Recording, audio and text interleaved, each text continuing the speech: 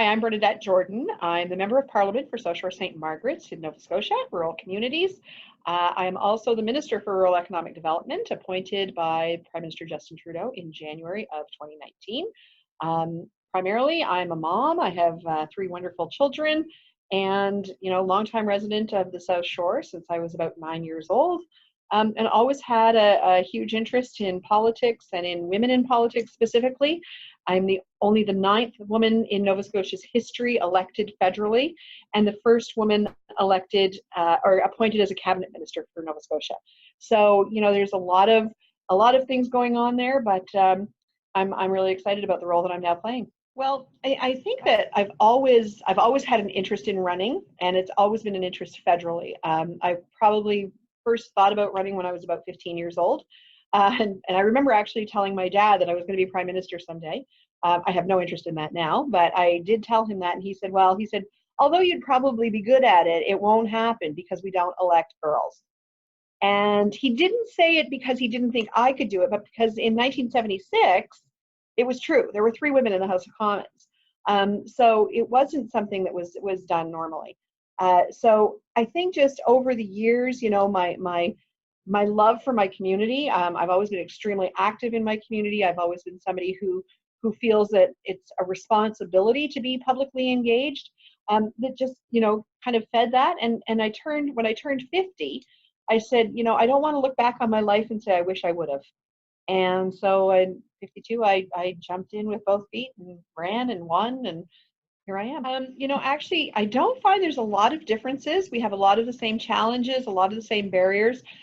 Rural communities are extremely resilient. They're very much can-do communities that want to find their own solutions to challenges that they face. They don't want Ottawa to come in and tell them how to fix things. They want ground-up approach, and they want to work in partnership with government. So we've seen that right across the country. That's actually been kind of a regular recurring theme when we talk to people across the country.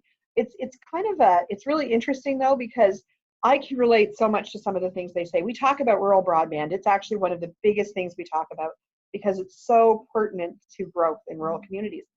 And I'm like, yeah, I know, I don't have high speed at my house. And they're kind of shocked by that because they think, you're a federal minister. No, I live in a rural community. I understand what rural challenges are. I can't get online at 8 o'clock at night. I can't watch a video unless I download it in the afternoon and watch it later on. I can't work on some things at night. So I know those challenges firsthand. And if I have to use a cell phone, I have to stand in a certain part of my kitchen, with kind of like one hand up in the air, being an antenna. But so I understand a lot of the same challenges that people face. And I think that makes it more relatable, that it's not somebody that's coming in from a city center saying, this is how we're going to fix your problems. It's somebody that says, yeah, I have the same problems. How can we work together? And we as parents, you want your kids to go off, you want them to experience the world, but you want them to be able to come home if they want to be able to build lives in our rural communities. A lot of younger people are actually choosing rural communities, and they're doing the commute to cities because they like the lifestyle. They like the pace. But in order to keep them, we need to make sure that we provide them with services that they require.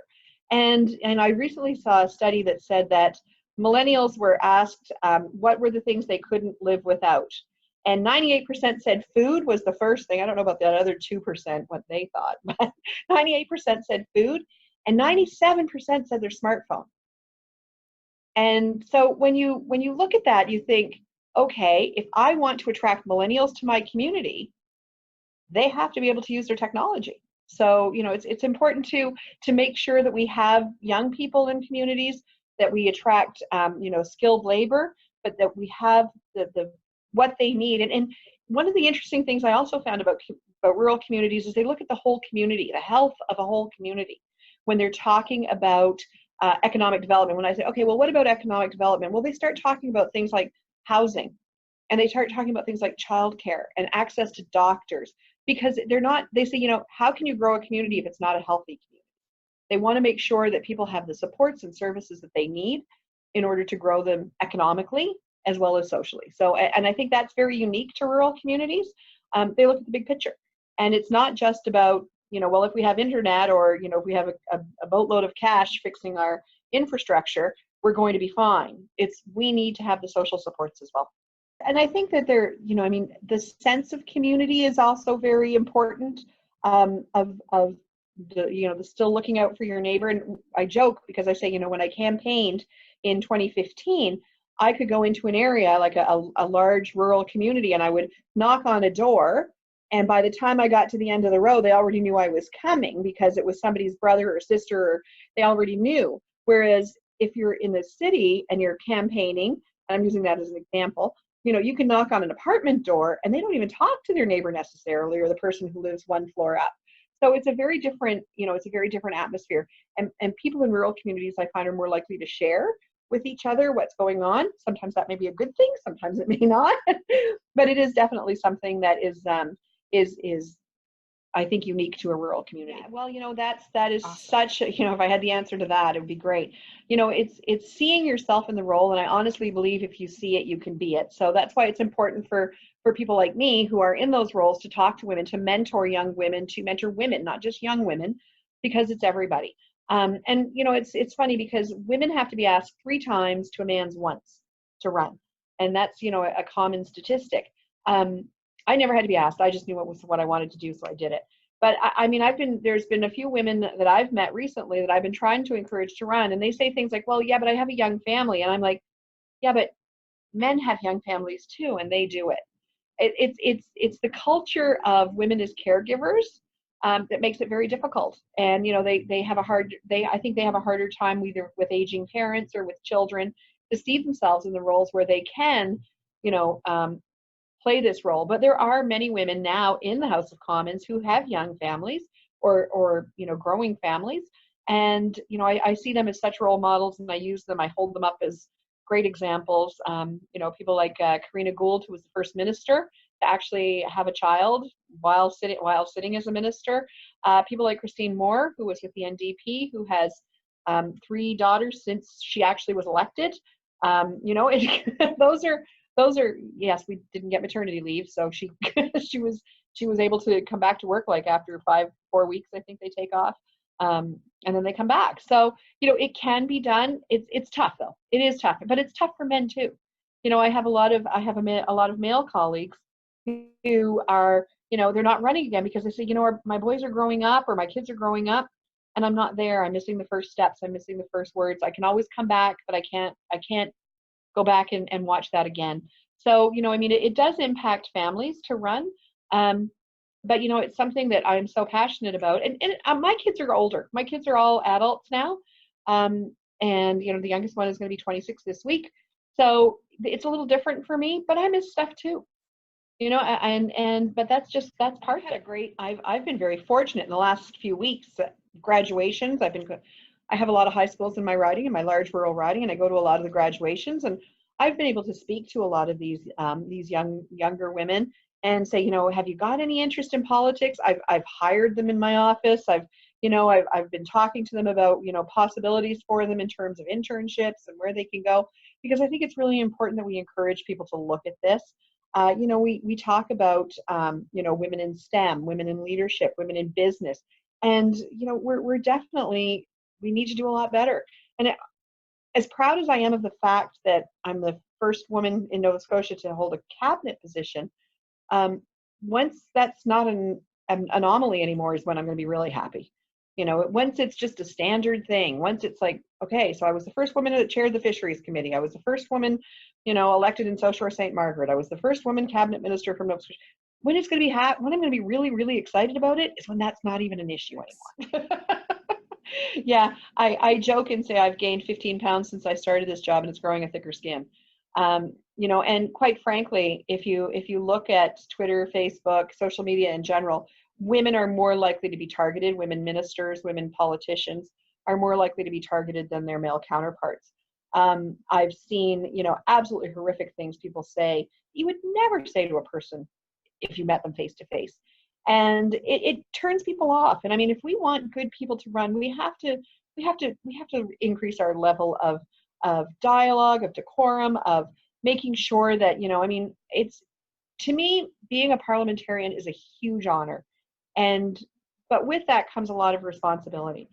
And I think it deserves better than it gets in terms of making sure it's a respectful place to work, of making sure that we have, you know, good dialogues with across the aisles with other members, and just it just drives me crazy when I see some of the things that are written about other, you know, or that are said to people just because you don't agree with them.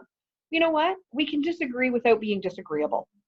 And I strongly believe in respectful dialogue can make change. And that's, you know, I mean, that's been one of my, I don't engage in heckling. I actually made that promise to my constituents when I was first elected. I said, I will not take part in it, and I don't. I've never been called out in the House because I just won't do it. It's frustrating. You would never see that in any other place of work. You would never see that in a school. It sets an extremely bad example. And like I said, I really just like that end of things. And I think a lot of the women feel the same way. It's actually quite difficult to sit through for that 1 hour a day question period. And I will say that that's 1 hour a day. And it's oftentimes, I will say it's for the cameras, because I've been in the House of Commons and taken part in many debates that were respectful. I may not have agreed with the person across the aisle, but at least we've had that conversation. They've never yelled and screamed at me. Well, there has been a couple of times, but, you know, I mean, there has been respectful dialogue. So I think that it's sad that that is how people see Parliament when that's not what it's always like. You know, I think that there's been so many. I feel so fortunate because I personally never ever saw myself as a cabinet minister. I never saw that happening in my life. It's not something that I ever aspired to do. I was quite shocked actually to get that position. If I had one thing that surprises me the most, oh boy, there's so many things. I would say that the way that people have a defeatist almost attitude towards politics, that it can't be a good thing, or that, you know, we can't achieve greatness. It's almost like a defeatist attitude. And I think that surprises me. It also surprises me sometimes about how I would really like to see people know more about our system and how it actually works, and not just assume from, you know, a snippet that they see on Facebook or a headline that they see in rebel media that that's actually what's real. You know, we're seeing such a rise in populism in the country. That concerns me. And I think it's got a lot to do with education, and people need to educate themselves about how these decisions are made and why we do them. I'll use as an example when people say to me, well, you know, we elected you and we want you to do this. So why aren't you doing it? Well, yes, you elected me, you voted for me, and this is what you want me to do, but this person over here also voted for me, and they don't want me to do that. So I have to take what, you know, we think is best for everybody involved and make the decision based on that. So it's a really hard question when people say, well, do you represent me or do you represent your party? Well, it's not as easy as do I represent you, because I also represent the other person as well who may have a different opinion than you. So there's a lot that comes into play. I did, you know, I mean, I had thought about running in the past. You know, timing is everything, and there's so many things that have to come into play. The leader was important to me. I am a strong supporter of Justin Trudeau. You know, where I was in my life was important to me, and you know, the platform was extremely important to me. What were we going to do that was different? And you know, I mean, those are all the things that I got behind when I decided to run. This is not something you ever go into on your own. This is I always say a family decision. When I decided that I really wanted to run, we actually had a family meeting, and I said, this isn't just about me, you know, this is about you guys as well, because you will also be put front and center. And I will say that my husband is phenomenal. He's been my biggest supporter. There's no question. You know, he gets out and knocks on doors with me. he's been a great advocate for me as well. My 3 kids have all handled it differently. I have my oldest son who lives out on the West Coast. I don't even think he tells people. You know, it's like that's family and that's separate, and he doesn't, you know, get involved. I think my daughter has had a bit of more of a challenge with it, simply because, you know, she'll go to you know, if she goes to a party or she goes to an event and people say, well, what is your mother doing about, and she's like, you know, she doesn't really, she says, why don't you ask my mother instead of asking me? And my middle son, well, he's kind of one of my big champions as well. Not that my daughter's not, because she is. Just I think she finds it a little bit more difficult to not have that personal, the personal space that she likes, and I think she finds it hard to always be associated with me. And also, you know, I mean, she said, you know, I'm now branded a liberal for the rest of my life, whether I am or not. Obviously, she's my supporter, but you know, she says it doesn't matter how old I get.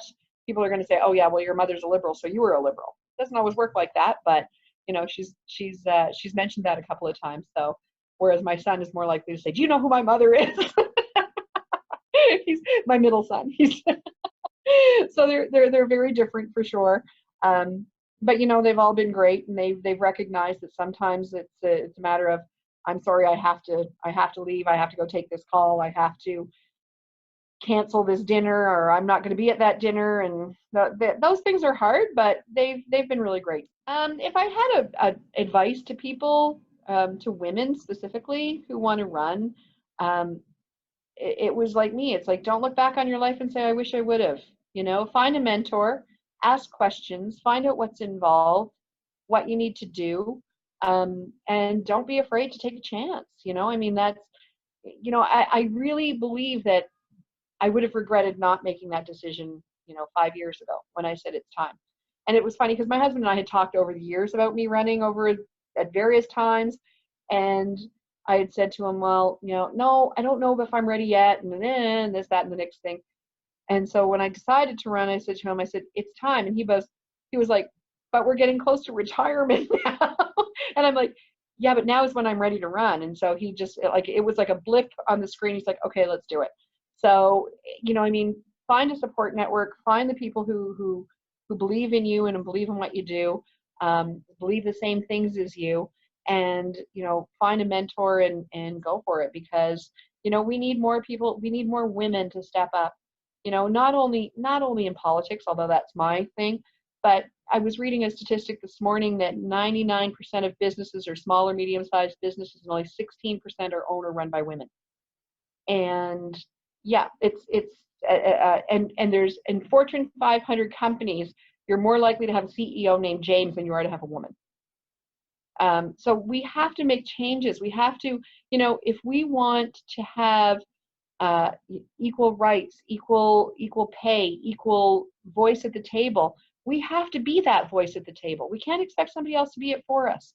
So that's, you know, I guess that'd be my advice, is step up, help out, and get involved. My one last comment. Please. It's kind of the one thing I live by. If you see a woman who needs a hand up, give it to her.